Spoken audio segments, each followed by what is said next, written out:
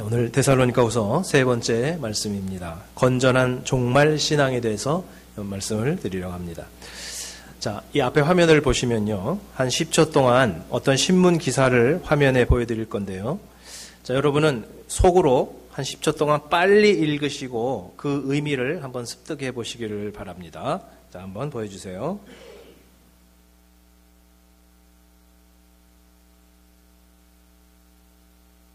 안 나와요?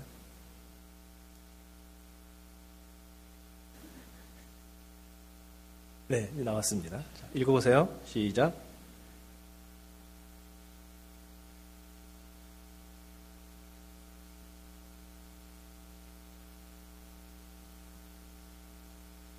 네, 자, 읽어보셨죠? 이제 화면을 앞으로 돌려주시고, 자, 그 기사 내용이 뭐냐면, 이게 글자가 좀 이렇게 앞에 글자와 뒤에 글자만 맞고 나머지는 이렇게 뒤섞여 있는데도 불구하고 우리는 한자 한자 읽는 게 아니라 단어 전체를 한 번에 딱 보면서 익숙한 단어면 그냥 한 번에 캐치를 한다는 거죠. 한번 다시 한번 보여주세요. 그런가 안 그런가? 영국 캠브리지 대학의 연구 결과에 따르면 한 단어 안에서 글자가 어떤 순서로 배열되어 있는가 하는 것은 중요하지 않고 첫 번째와 마지막 글자가 올바른 위치에 있는 것이 중요하다고 한다. 나머지 글자들은 완전히 엉망진창의 순서로 되어 있을지라도 당신은 아무 문제 없이 이것을 읽을 수 있다. 왜냐하면 인간의 두뇌는 모든 글자를 하나하나 읽는 것이 아니라 단어 하나를 전체로 인식하기 때문이다. 네. 뭐 제가 읽어드리지 않아도 여러분 뜻을 아시는 데는 아마 어려움이 없으셨을 것 같아요. 자, 이것이 뭐냐면 처음과 끝이 중요하다는 그런 이야기죠. 자, 어떤 분들은 시작과 끝 중에서 뭐가 더 중요하냐 이런 질문을 합니다. 시작이 중요한가? 끝이 중요한가? 중국의 대표적인 고대 문학지인 시경에 보면요, 이런 문구가 있습니다. 미불유초 성국유종이라, 네, 이런 말이 있다고 해요. 저도 잘 한학을 잘 모르는데 그 뜻은 모든 것에는 시작이 있지만 끝까지 가는 것은 많지 않다, 그런 뜻이죠. 의역을 하면. 자, 그래서 여기 말씀하고 있는 마지막에 선국유종, 유종이 많이 없다. 유종이 많이 없다. 그래서 유종의 미, 그런 말이 여기서 나온 거죠. 자, 생각해보면 시작은 참 많은데 끝까지 그걸 마무리하는 경우가 상당히 드물다는 그런 이야기입니다. 시작이 있어야 사실은 끝도 있습니다. 그래서 시작이 필수적인 거죠. 시작이 반이라는 그런 속담도 있습니다. 자, 그런데 사람의 본성상 시작을 할 때는 상당한 의욕을 가지고 시작을 합니다. 그런데 조금 시간이 지나가고 좀 상황이 어려워지거나 하면 처음에 그 열정이 식어지게 됩니다. 그러다가 보면 뒷마무리가 흐지부지 되는 경우가 사실 더 많다라고 하는 그런 이야기입니다. 그래서 용두삼이라고 하죠. 용의 머리를 시작하는데 뱀 꼬리로 끝난다, 그런 이야기도 있습니다. 또 조선시대 그 한명회가 남긴 유명한 말 중에 처음 시작은 부지런하나 일의 끝을 태만히 하는 것이 인간의 본성이지만 처음과 끝을 똑같이 근면하게 하라, 그런 유명한 말을 남기기도 했습니다. 아마 우리 신앙생활도 그럴 것 같아요. 연초가 되면 올해는 정말 기도도 열심히 하고 그리고 성경도 열심히 봐야지, 그런 결심을 하고 시작을 하는데 연말에 가보면 흐지부지, 이렇게 작심삼일인 경우가 너무나도 많이 있습니다. 지난달 조양호 한진그룹 회장이 70세 일기로 별세를 했습니다. 1974년에 대한항공에 입사를 해서 45년간 성공적인 기업인으로 살아오신 분입니다. 자, 그런데 기업인으로서는 성공했는데 최근 가족들의 좀 비인격적인 행보로 인해서 갑질 논란이 생기게 되고 국민들로부터 공분을 사는 가족이 되고 말았습니다. 마지막에는 결국 또 사고가 일어나고 결국 경영권까지 박탈당하는 끝이 좀 불행했던 그런 인생이 되고 말았습니다. 목회자 가운데서도 마찬가지인데요. 30년, 40년, 45년 목회 사역을 너무 정말 성실하게 잘 하셨던 그런 존경받는 목회자였었는데 은퇴를 1년 앞두고 몇 개월 앞두고 정말 교회 안팎에서 추한 모습으로 안타까운 상태로 그렇게 목회를 마무리하시는 안 좋은 이미지를 갖고 끝을 맺고 마는 그런 분들이 너무나도 많이 있습니다. 아마 여러분이 알고 있는 목사님들 중에서도 그런 분이 있으실 거예요. 그만큼 이건 흔한 이야기라는 것입니다.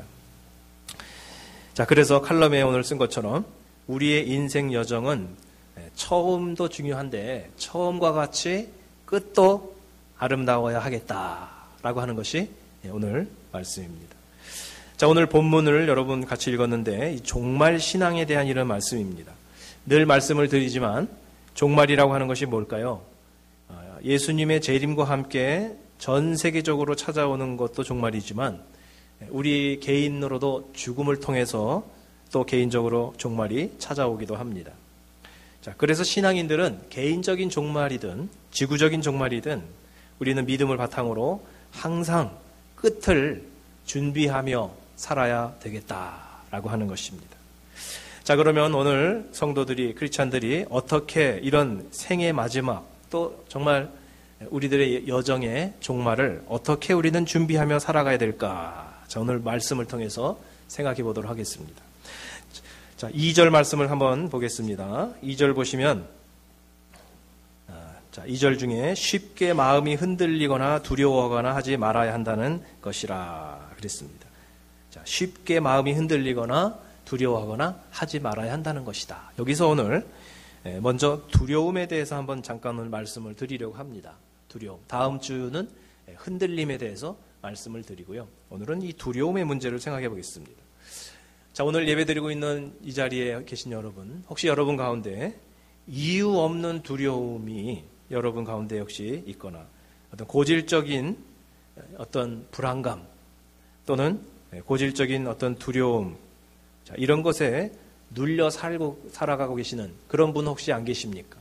그냥 뭐 특별히 이유가 없는데 괜히 불안하고 두렵고 무슨 일을 할 때 안 될 것 같은 이런 두려움. 자, 혹시 여러분 가운데 그런 것이 없습니까? 믿음과 내세의 확신이 없는 분들에게 있어서는 인생의 위기 가운데 마음이 흔들리고요. 특히나 이렇게 좀 불행한 일이나 또 죽음이나 이런 것에 대해서 늘 두려워할 수밖에 없습니다. 그것이 어떻게 보면 당연한 거죠. 자연스러운 것입니다. 자, 그래서 이 세상에는요, 많은 두려움의 종류가 있습니다. 공포심이라고 하는데요. 영어로 포비아라고 합니다. 자, 어떤 종류의 두려움들이 있는가? 가장 흔한 10대 포비아, 그 두려움증, 공포증, 그걸 한번 소개를 드리면요. 비행공포증이 있다고 그래요. 비행공포증. 혹시 여러분 중에 그러신 분 계십니까? 비행기가 무서워서 못 타요. 그래서 아무리 먼 곳도 차를 타고 가셔야 돼요. 네, 그 비행공포증. 또 세균공포증. 이런 분들은 5분에 한 번씩 손 닦습니다. 이렇게. 그냥 막 뭐가 점이 막 붙는 것 같고 말이죠. 뭐 OCD 같은 그런 분이죠. 그 다음에 폐쇄공포증. 좁은 공간에 가면 막 답답해 숨을 못 쉬어요. 엘리베이터도 못 타는 분이 있습니다. 너무 답답한 거예요. 그 다음에 천둥번개공포증도 순위에 있고요. 개공포증. 네, 저도 어릴 때 개를 너무 무서워했는데 개공포증. 군중공포증. 이렇게 사람이 많은 곳에 있으면 숨이 막혀요. 막 못 있습니다. 그런 분도 있고. 또 고소공포증. 네, 높은 데에 올라가면 다리가 들들 떨리죠. 그 다음에 뱀공포증. 이게 이제 2위고요. 1위가 뭔지 아세요? 가장 많은 사람이 가지고 있는 포비아, 공포증이 뭐냐면 거미공포증이라고 합니다. 거미. 네.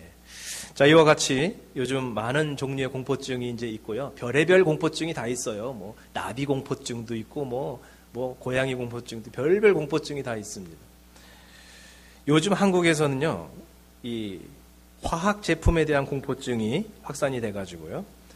요즘 한국도 영어를 잘하기 때문에 케미포비아 이런 말이 이제 신문지상에 나올 정도죠. 케미포비아. 자, 그래서 우리 한국에서 보면 요즘 이 소비 패턴이 완전히 바뀌고 있습니다. 특히나 이제 아이를 가진 어머니들이 너무 이런 데 민감해가지고요.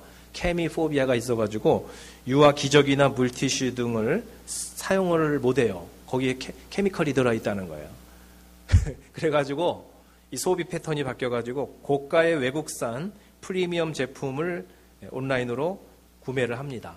해외 직구를 합니다. 뭐 독일에서도 사고 미국에서도 사가지고 굉장히 비싼데 또 우송료도 들어가는데 그거는 믿을만하다. 거기는 화학 그 어떤 요소가 좀 덜하다. 이래가지고 말이죠. 굉장히 비싼 제품들을 지금 사고 있는 그런 추세. 이게 일종의 두려움 때문입니다. 그걸 써가지고 우리 아이가 잘못되면 어떻게 하나라고 하는 이런 막연한 두려움이죠. 자, 이렇게 두려움의 종류는 많습니다. 아마 여러분들도 뭔가는 두려워하고 있을 거예요. 뭔가 여러분이 지금 가장 무서워하고 두려워하고 불안해하는 뭔가가 있습니다. 없는 사람은 없습니다.